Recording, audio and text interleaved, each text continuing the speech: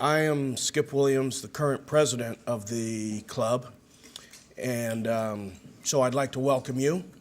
And I'm only going to be up here for a couple of seconds, so the only thing I wanted to say to you right now is that if you are not a member of the City Club, I'd like to invite you to join. The membership forms are in the back of the room, and you can become one of the 350 plus City Club members in Bellingham that are extremely interested in a good public discourse about the issues that we have facing us in the community. So today we have a rather high energy meeting. It's a topic that's out in the community a great deal. And so at this point, I'd like to introduce Chuck Foster, who is the chair of our program committee.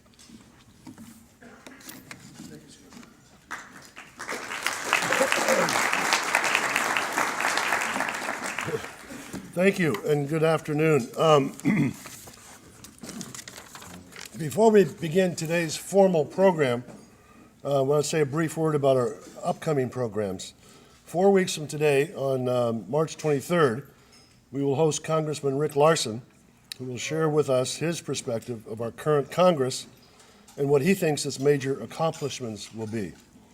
He will also answer questions from our badge-wearing members. 5 weeks later, on April 27th, a panel of 4 will discuss the possible development of a new pier and cargo terminal at Cherry Point. Bob Waters, a vice president at SSA Marine, which happens to be the world's largest cargo terminal operator, and also in 1848, got its start here in Bellingham as the Bellingham Stevedoring Company. They own the land, and they are the developer of the project, SSA Marine is. And he will be joined by an advocate, Craig Cole, most of us know, to tell us how, in their view, this project will benefit our community. Lots of jobs, lots of tax revenues. While Bob Ferris and Mike Krogh of Resources will share their concerns about a host of related issues, not the least of which is the impact of 10 or 12-mile-long coal trains passing back and forth daily along our waterfront. Now, for today's program. On October 18th of last year, the Whatcom County Planning and Development Services Department released a draft environmental impact statement which evaluated a host of sites for a new county jail facility and identified 2 sites for further evaluation. Both are west of the Bellingham International Airport. One is a 72-acre site close to I-5, just south of Slater Road, and the other is a 155-acre site on Curtis Road, due west of the airport. To put this in perspective, Bellis Fair Mall, including all of the parking lots, sits on approximately 34 acres. Neither of the proposed sites is served by public transportation, nor has water or sewer service. Both sites would require extensive wetland mitigation. The proposed plan is based on a horizontal jail facility as opposed to our current vertical downtown facility, and contemplates future expansion by the year 2025, with the final phase in the year 2050, to eventually accommodate 2,450 adult inmates.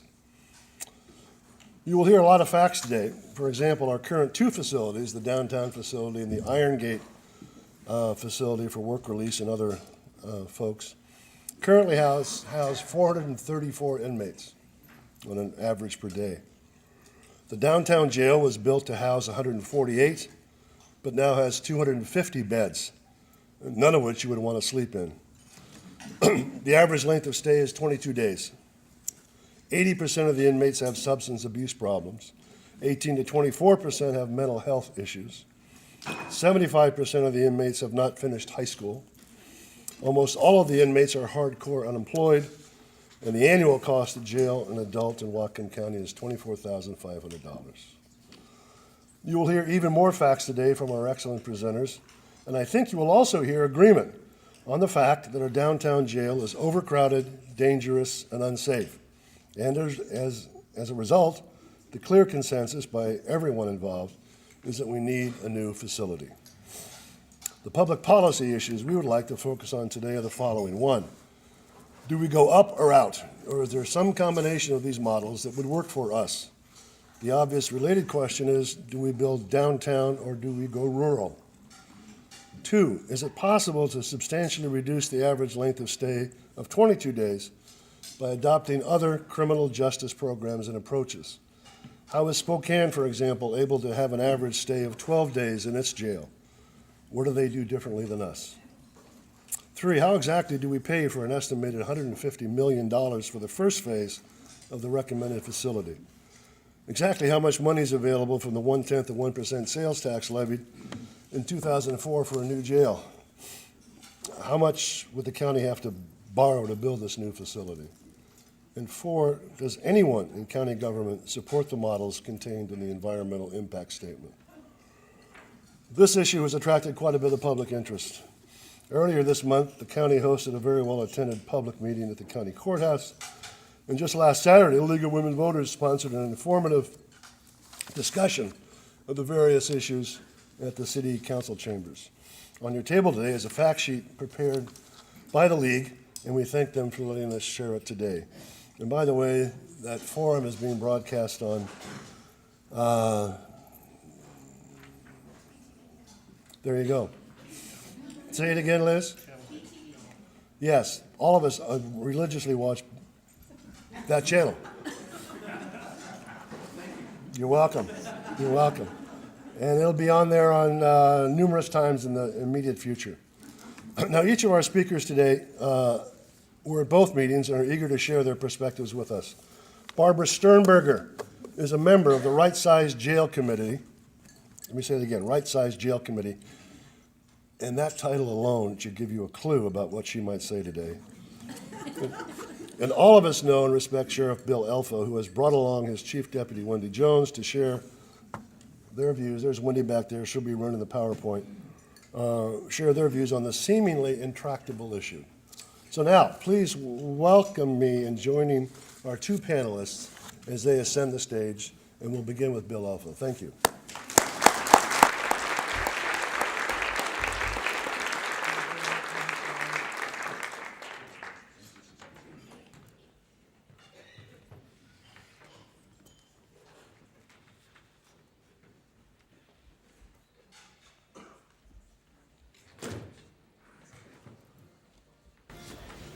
I'd like to start by thanking the City Club for sponsoring this forum on what's become a very important issue and a very important need for our entire community. I've got with me today, as Chuck pointed out, Chief Deputy Wendy Jones. Wendy's managed our Bureau of Corrections for a number of years. She's been with the Sheriff's Office for 30 years. And she's just a wealth of knowledge when it comes to the historical perspective on when the jail was built and the conditions that exist in there and projecting what we might need for the future. There's been quite a bit of public discussion on the jail issue that is centered on a variety of sub-issues. First is, why do we need a new jail? And I hope I'll clarify that for anyone that's still questioning that. The size of the jail, the cost of the jail, the location of the jail, and what alternatives are being considered. And those are all very good questions, and I think we'll find probably a lot of consensus between Barbara and I on many of the issues. I'm glad that Barbara's here today, and that I think we're both in agreement. We've had numerous discussions, as well as with other folks from the Right Size Jail Committee, that a new jail is desperately needed in Whatcom County. So I'd like to just start out why we need a new jail. When I was the police chief, I was really frustrated with booking restrictions. The jail was designed to hold 148 inmates. It was modified by putting some additional sleeping arrangements, which we'll show you in some detail here in a few minutes, photographs, to hold 212. And at that time, the average daily population hovered around 250. As a result, the sheriff at the time instituted what were called booking restrictions that prohibited law enforcement from booking people for serious crimes, including drunk driving, assault, warrants for failing to appear in court, For probation violations, probation's a good alternative to jail, as is drug court and family court, but that operates on a carrot and stick principle, and jail is the stick. These functions are not going to work unless there's some means to implement consequences. I met with Wendy Jones at the time, first time I met her, and I was just appalled at the conditions of the jail, how it was understaffed, the lack of meaningful programs that, to prevent recidivism, and just some of the long-standing structural and operational deficiencies. And this is really what interested me in accepting the position of sheriff, was the opportunity to try to fix these problems. And since that time, I've worked with the community, executive, and council. In 2003, I became the sheriff, and I immediately invited the Department of Justice's National Institute of Corrections to come in and do a review of our facility and do a review of our operations. The staff was very well acquainted with correctional institutions on a nationwide basis were pretty much shocked and pointed out at that time, 8 years ago, the potential for catastrophic failures due to the infrastructure crumbling, due to deficiencies in the electronic control system that would be necessary to evacuate the jail in the event of a fire, the overcrowded conditions, and the photograph that Wendy just put up on the screen there, that's our first floor observation cell. These are oftentimes people with mental illness that are dangerous to themselves and others and require constant monitoring. You see the cell's designed for 2 people, and oftentimes in that small cell, because of the lack of space limitations, we end up having to put 4 people in there. I was also concerned about the lack of accountability for offenders. No one was being held accountable for their crimes. We had, I think our record was someone with 72 warrants for failing to appear in court. So what would happen is the officer would stop a drunk driver, issue them a ticket, make some arrangements for them to get home, and they'd go out and drive drunk again, and they would never have any consequences that would entice them to stop that process. So we laid out a plan. We worked with the county executive, with the community, and with the council on a 2-phase plan. We needed some immediate relief, and if you look at these photographs, you'll see why it was needed. To build an interim jail work center that would hold 148 inmates. We were going to build it to industrial design standards down in the Iron Gate industrial area, so it could be sold for industrial purposes when the new main jail could be built. At that time it was projected to be 6 to 8 years out. The jail opened on time, we eliminated booking restrictions, and we expanded a number of the meaningful programs for rehabilitation to teach work skills, which we'll talk about in a second. We have 8 offender work crews that go out every day. That depicts some work being done in the National Forest Service, building trails. We do salmon habitat restoration along the creeks. We pick up litter along county roads. And the typical offender in these programs are not serious offenders that are high risk to the community, but they're people that are chronically arrested. They need to be in jail for some time.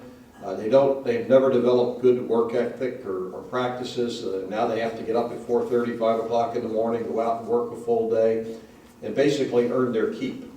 We collect about $500,000 from the Forest Service, from the County Parks Department, from the Department of Transportation for litter control that helps defray the cost of their incarceration. Until the economy took a serious dive, we actually had an employment service we ran internally where we'd have employers, particularly in the trades and construction, would look for these people to come out and take jobs as laborers. But unfortunately, that's diminished as the job market has changed, and we hope that comes back. The funding mechanism was a 0.1% sales tax that was approved by 62% of the voters. It funded the construction and operations, hiring the staff necessary to operate the interim jail work center, and booking restrictions were eliminated. The second phase of the plan, as I said, was 6 to 8 years out, was to build a new jail and use the proceeds to combine the facilities into one. The conditions now, today, in the main jail, again, designed for 148. Our average daily population is 287. We've reached peaks in recent months of 320. We have actually no place for programs in the main jail. 40% of the people in the jail any typical day are illiterate. They can't read and write. 70% do not have GEDs, but you've got to remember 40% can't even do the basic education required for a GED. We need to teach basic literacy skills. We have no space for other programs. We have a lot of volunteers that are eager, willing, and ready to come into the jail, but we just cannot accommodate them with the staffing we have or space limitations. And I'd be glad to give anybody a tour of the jail. We usually sell them at Rotary auctions, but I'd be happy to do a free one if anybody really wants to see up front and personal what it looks like in there. I've got to say our staff does an amazing job of acting professionally, keeping what we have clean and keeping it functioning. There's only so much that can be done. The infrastructure in the jail is failing. Wendy, could you show the control system, just some of the wiring? This is, well, we go back to that photo with the shower. We only have limited shower facilities in the jail. When we fill up, we have people sleeping in the jail, and those things you see they're sleeping on are what we call boats. They're portable beds. And I don't think anyone could find ourselves with some loved one with problems that's in that jail, or just our respect for humanity in general. People should not be living in those conditions. I have an obligation to operate a jail in a safe and constitutional manner, and I think we're really on the borderline when we have these type of conditions for sustained periods of time, which has become the norm. We've had the National Institute of Corrections warn us about our failing control system in that facility, our inability to evacuate the jail in case of a fire. This jail was really done, I would say, on the cheap. They bought the control panels and parts from a company that was in bankruptcy, and we actually buy replacement parts on eBay by someone that hoarded them, that had a good prediction into the future. I guess it's like a kind of commodity like pork bellies. You could buy, speculate on jail replacement parts. We had the Bellingham Fire Department come in last February, and we did a fire exercise and tested our ability to evacuate the jail if the control system failed. And the results were not good. It demonstrated we would lose inmates, we would lose staff, and we would lose the many visitors that are there at any given time. We would lose some of them as well. The firefighters can't even get with their equipment into the chaseways where the source of a fire is likely to be because of their equipment. So none of that was thought of when the jail was originally designed. Much of the discussion with the needs for the jail have to do with the 40 to 50 year projections on possible jail needs. And a contractor was hired by the county to project those needs, and he projected that we would need by 2055 2,400 beds, and that's 40 to 50 years out, and 800 beds in the near future. This was part of the environmental impact study commissioned by the county council as part of its planning process. At that time, the data reflected we were experiencing a sharp increase in bookings, which was primarily due to the backlog from 2007 forward. I think it's time for me to wrap up, so if I could with a few points. We can't build our way out of crime. We can only build what we can afford. We must incorporate the proper design and technology. We need to be able to expand the jail if and when it's needed. I think we need to do everything we can to prevent the need for expansion, but if that need arises, we have to accommodate it. And we must plan for the future by expanding our alternative programs and build the jail in an expandable manner. It needs to be accessible to all law enforcement. Having it downtown is difficult for the small cities that only have one officer on at a time. Often it's difficult for our deputies. We want it convenient near I-5 access for the whole law enforcement community. But our recommendation is 600 beds on a horizontal design that can be added on to incrementally if and when the need arises. This is the 6th location the jail has been in since the history of Whatcom County, and we need to plan reasonably and prudently for the future. And again, we need to incorporate alternative programs. We have a wonderful greenhouse. We're growing natural vegetation. We're selling it back. We have an adequate site. We can certainly expand on those. Bill, I know you have lots of information to share, and it'll happen. But we've got to give Barbara a chance, as you know. Barbara, why don't you take about 12 minutes or so, and then I'll ask you the questions, and we'll turn it over to our audience. I should have told you the format earlier. Jody's going to run the PowerPoint. You can have that microphone. All right?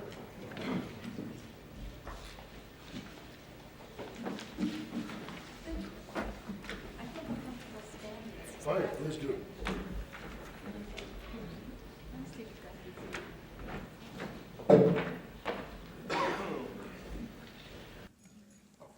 Okay, I'm just going to scoot this forward a little bit.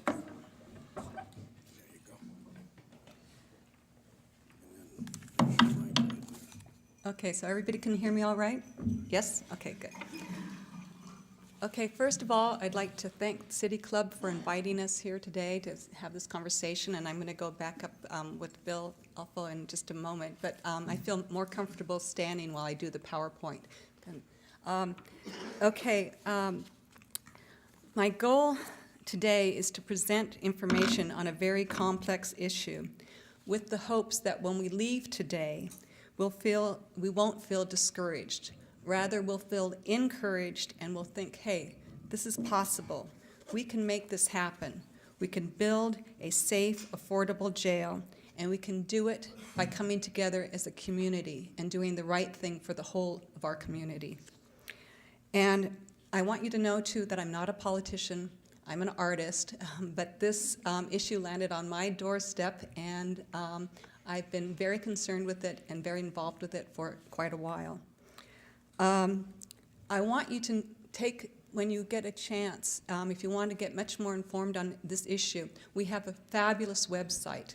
It's right there up on the screen for you.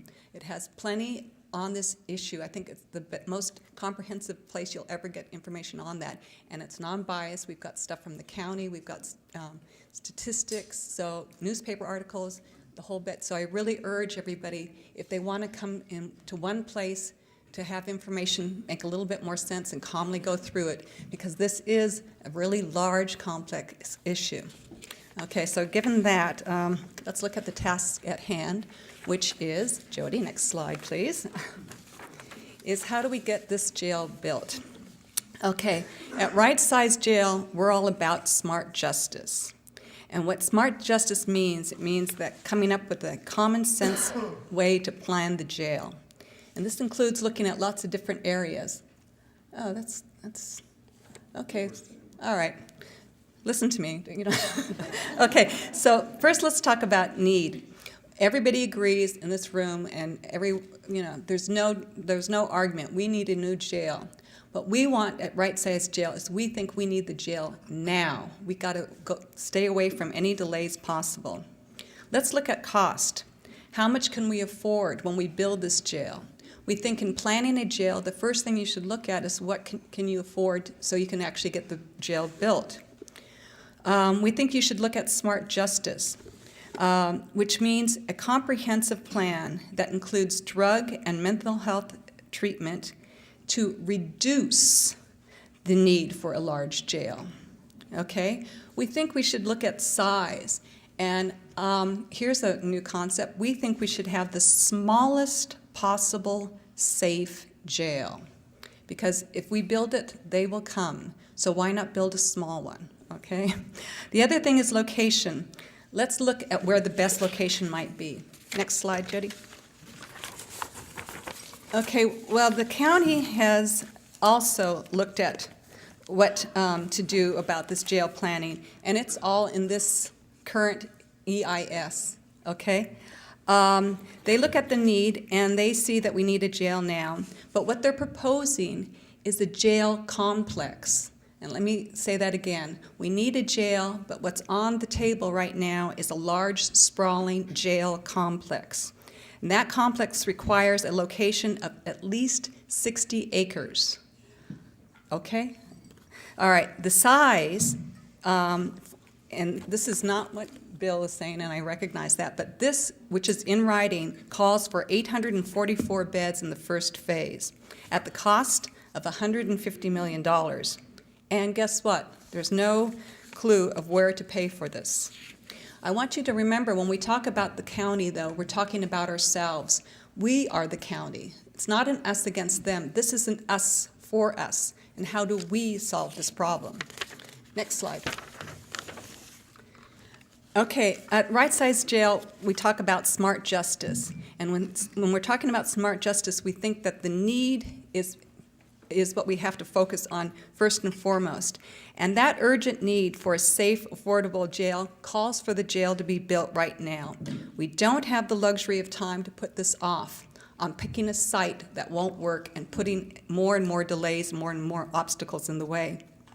People right now are working and serving in the jail in conditions that are unsafe. We can't afford to go with a proposal that delays the building of this new jail. And next slide.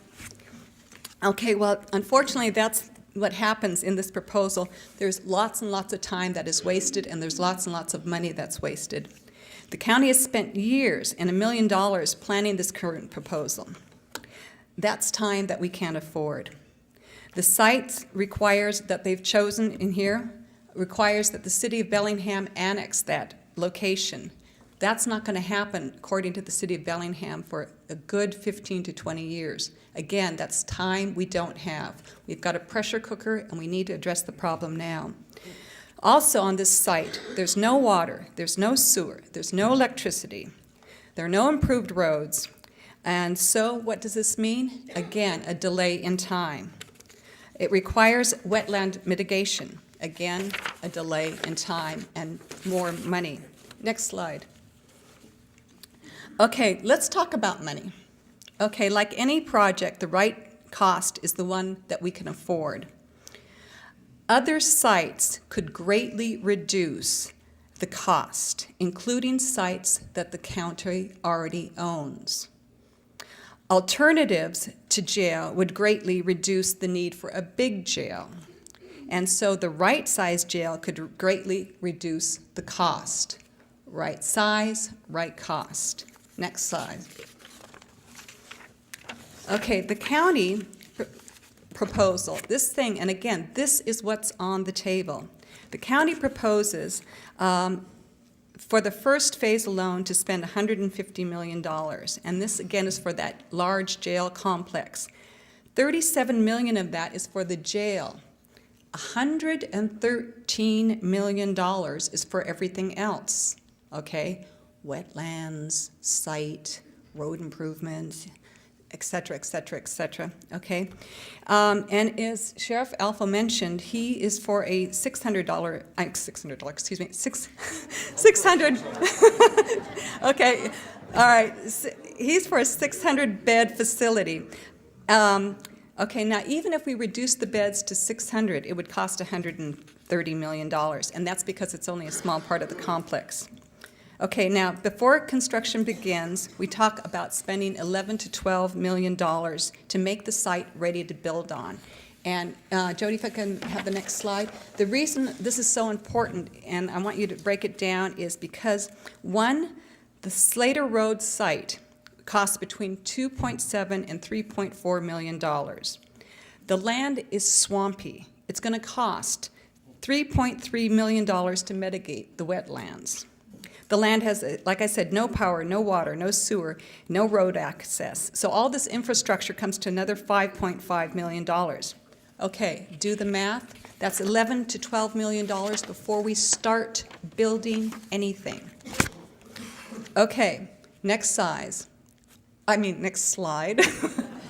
Okay, why size matters. Okay, the county is now saying 600 beds and $60 million for the jail complex. Okay, these two figures alone have every reason why this proposal should be stopped today, because there's nothing about 600 beds. There's nothing about $60 million. Okay, so the first step to getting this jail built is to stop this proposal. And 600 beds, by the way, the right-sized jail committee thinks is way too big still. And if we continue with our high incarceration rates that we have right now, 600 beds is still way more than our high incarceration rate. So even that number is inflated. And again, we don't have time to build it better. How's my time going? Okay. Now I'm going to show you my first and only graph. Next slide. Okay. All right. It's got a little fuzzy there. Okay. Now look at the light blue bottom. Those represent the number of beds which, if we keep at our current incarceration rate, which, by the way, is high and we'd like to see lowered, that's what the number of beds that we would require in the first phase, the second phase, and the third phase. Now look at the red bar. Guess what? That's what's in this proposal. Look at those numbers. They double, then triple our incarceration rate. These numbers make no sense, and all this no making sense business is keeping us from getting this jail built. Okay, next slide. So what is smart justice? Is we think we should come up with a comprehensive plan that's fully funded to do what?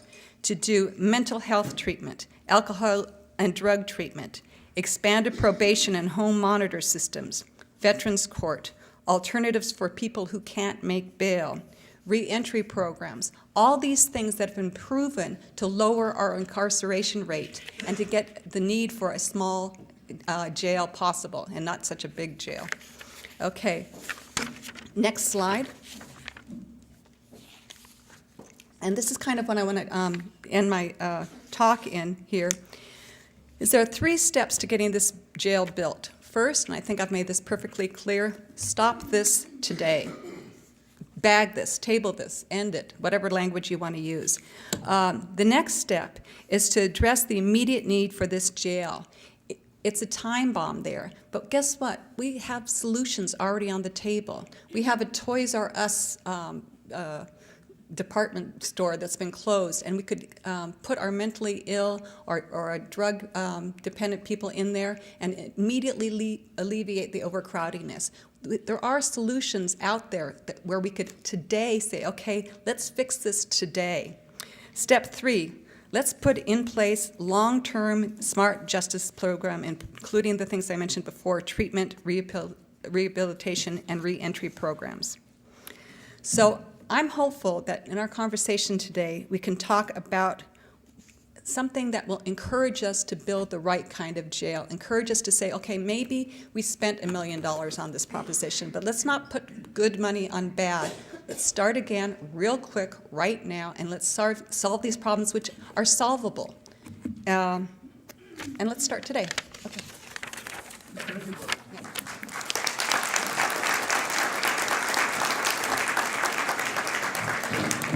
I don't know who this question is for, so maybe it's for each of you. I understand that at the county's hearing, it wasn't a public hearing, but the meeting the county had a couple of weeks ago, the panelists, and you were there, Wendy was there, and a number of folks, including Chuck Schneider and I think someone from the executive office, was asked the question about, do any of you support the EIS? And no one stepped forward and said, yes, I support it. Is that accurate?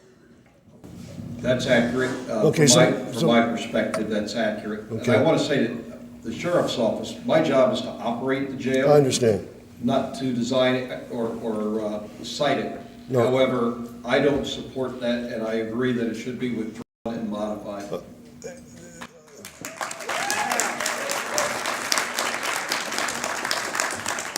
So the question is, how's that happen? I mean, who's responsible for saying, no, let's do something differently than what's contained in this document? What's the process for that?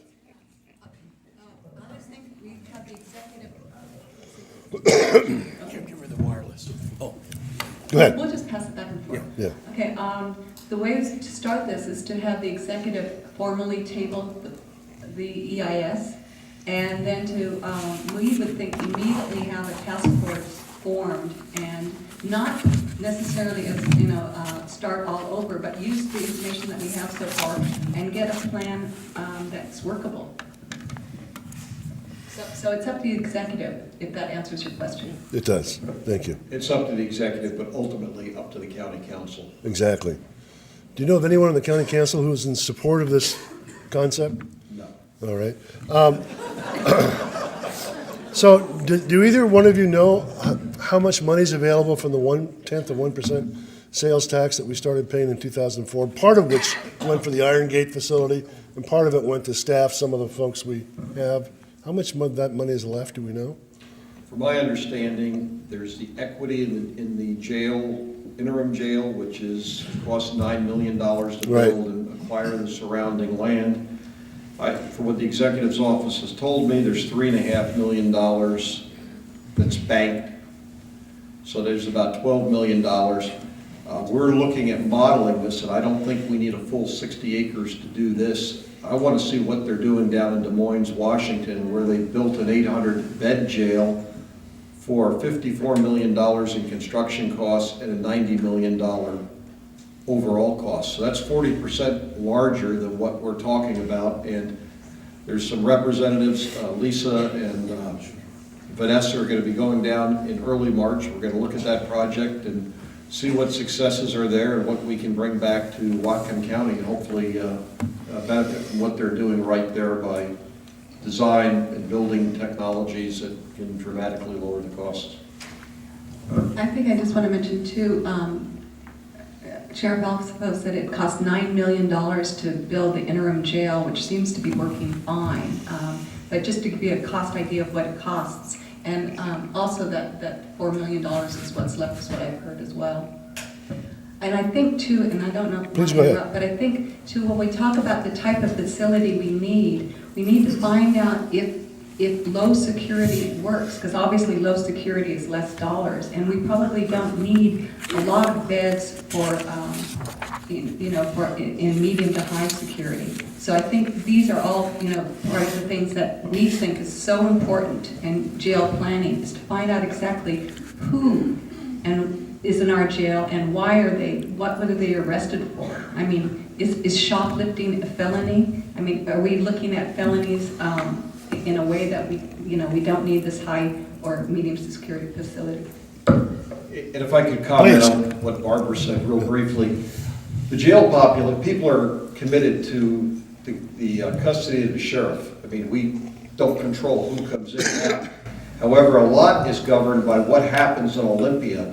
When they start to run short on their Department of Corrections, the state prison budget, they balance that on the backs of the counties. So a sentence that would call for 23 months in the state prison is all of a sudden 4 months in the county jail or 8 months in the county jail. So they transfer the costs, and it inflates the local jail population. So some of that is beyond our control.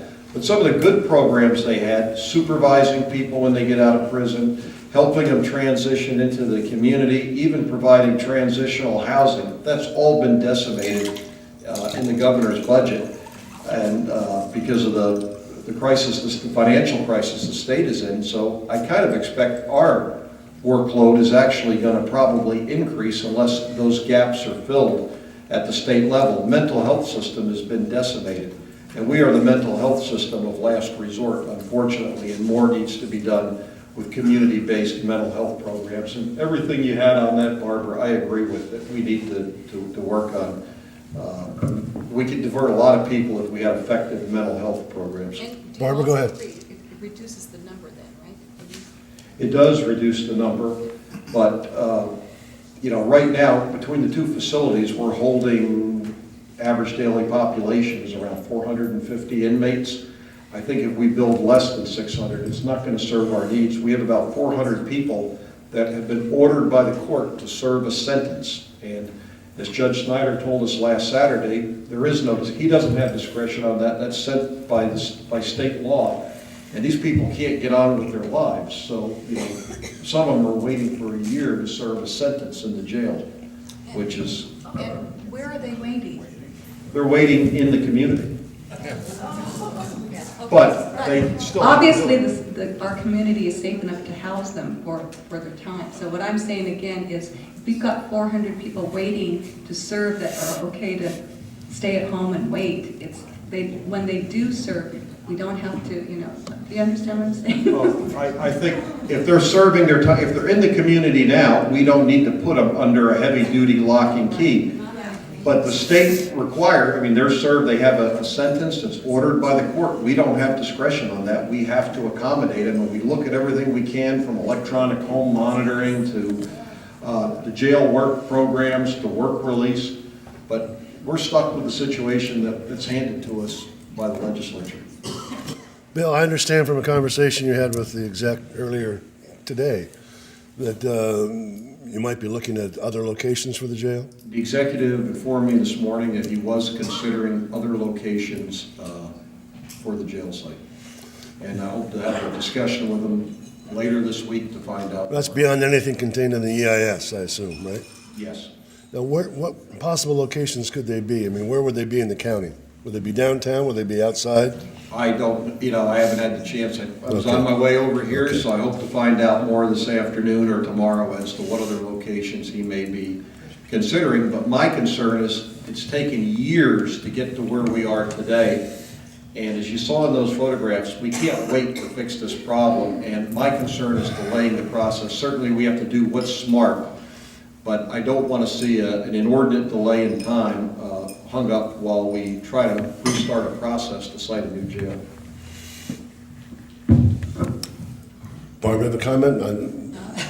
I'm sure you do. Yeah, I do have a comment. I think the reason there's been so much debate and this issue's gotten really hot is because we finally have the public input that we so require for this project. This is the biggest thing that's going to hit our county ever. And so in terms of siting, my recommendation would be when you're choosing a location, let's get the public in on it. Let's find out what they think about these sites, whether they're downtown or over by Iron Gate or wherever. But I think a way to expedite this whole process is to get our input in now, not after the fact, not after we pick the location. Because what we've seen in the last few weeks with all the response from the public on this issue is because we put it out there. You know, we've said we need to talk about this, and now I think our officials are hearing us. And because, I want to tell Bill, we're on the same page here. We want to get this thing built, yesterday. Okay, thank you. We're going to go out in the audience. I'm sure some audience members, badge-wearing audience members, have questions. Hi, thanks for coming here and having this discussion. And I'm very pleased to hear that there's thinking now about other locations. One of the things I'd like to put forward that has concerned me a lot about the initial proposed location is it's very isolated in terms of transportation for folks that might want to visit their relatives in jail. But another thing is it's isolated from services. There's a lot of people who are proximate to jail. They're either coming out of jail and they need services for rehabilitation, for reentry, for mental health treatment, for drug abuse and the like. There's other people who are trying to avoid having to put into the very expensive jail facility through those same services, and there's people in jail that need those services so they can come out and be productive. It's a lot more both efficacious and cost effective to have the same people providing those services before people go into jail, or if they're in jail and then coming out, having the same people doing that, because people going into jail often have relationship and trust problems, and having to restart with new people all the time becomes very challenging and expensive. So I'd like some comments, and I guess what I would hope to see is that's part of what's looked at if we're going to be looking at new sites. I think that's the plan all along, is to offer those services in the main jail. And what we find now is when people get out of jail, there's no direct connection, or they don't have the wherewithal to hook up for those services, and we're trying to increase that as we can with existing funds. If someone comes in there having mental health crisis and they enter the jail, we get them stabilized and they're released, and they don't have the wherewithal to re-enroll in Medicaid, which they lose the minute they walk through the facility. So we're trying to make those connections back into the community to make sure they get enrolled and get the services they need, because that's the only way we're going to find any success. Sure.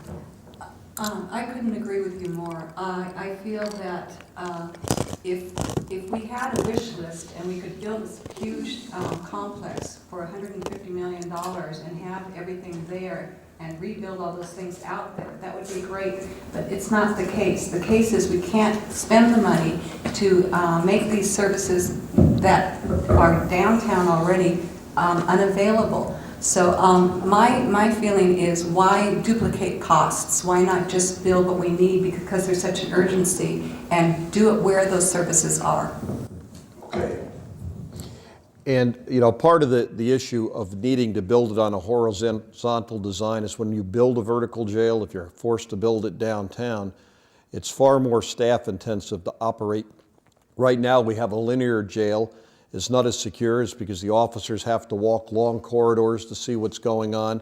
What we envision is building it on a pie-shaped facility with a control booth in the center with line of sight of all the cells, and be able to operate it with the same number of people we have now, rather than this additional $150 million in operational costs. As Barbara said, we can't afford that, and it's never going to happen. We need to do something realistic and get it done quickly. So that's one of the reasons we're looking at my preference is the horizontal design.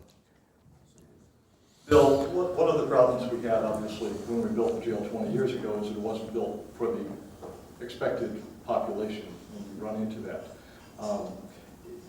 There is a huge discrepancy between what whoever came in and projected the 2,400 number in 2050 versus a continuation of the current percentage that Barbara showed us. Obviously, some of that may be reflected by Olympia pushing back down on the locality, but how do we account for that, and what do you think is really going to be a realistic number to anticipate over the next 20 or 30 years? Well, I think jail populations of what is going to happen in Olympia is the biggest driving factor that affects our population. If you're going to cut off mental health services to people, we are going to find more people in jail. And I feel that the state's going to continue to try to balance their budget for the prison system on the backs of the communities. So I think I know when the new jail opened and we had a backlog of thousands of warrants that could not be served, we did have a spike in the population when that other 148 beds became available. And part of probably the consultants' projections were based on that. Now that's kind of, even though the population has gone up, it's the rate at which it's increasing has somewhat leveled off. And that's why I'm confident in recommending the 600-bed design as what we need for now and the next 5 to 10 or 15 years, but have the capacity to build out so we're not starting over again in 30 years with a new generation of citizens and a new generation of leaders saddled with bad decisions of the past like we are today.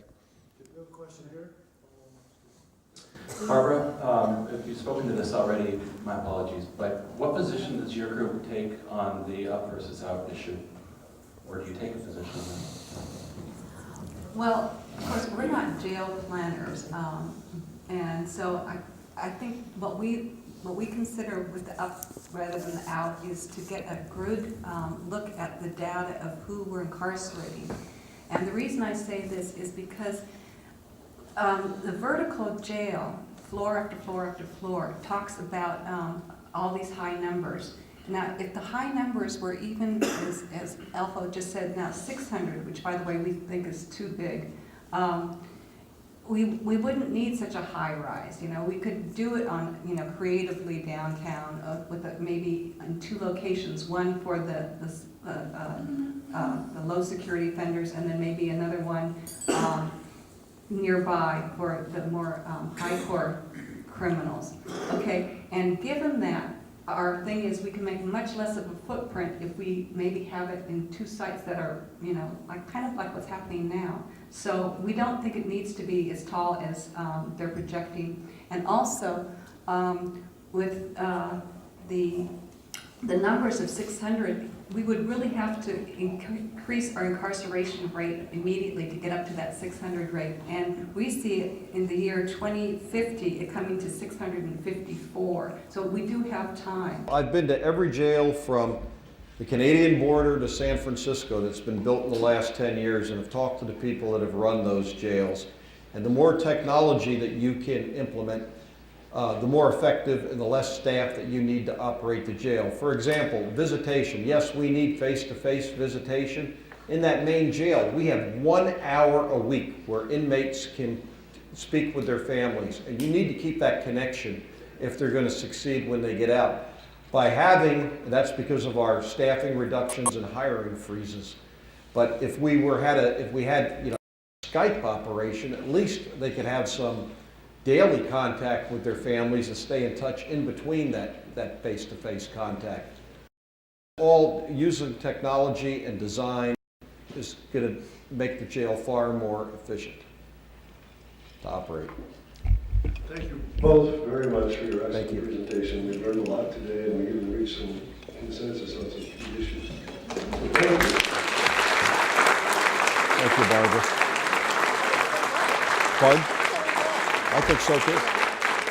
Within a few days, I've been informed this program will be on KBOS.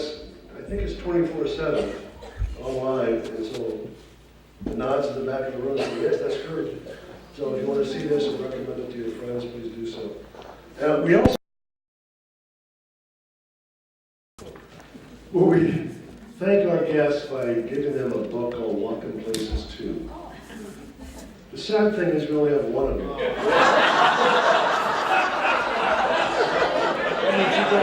Yeah, right, in jail. So we will give Bill this later, and Barbara, this is for you. So thank you very much. We'll see you guys tomorrow.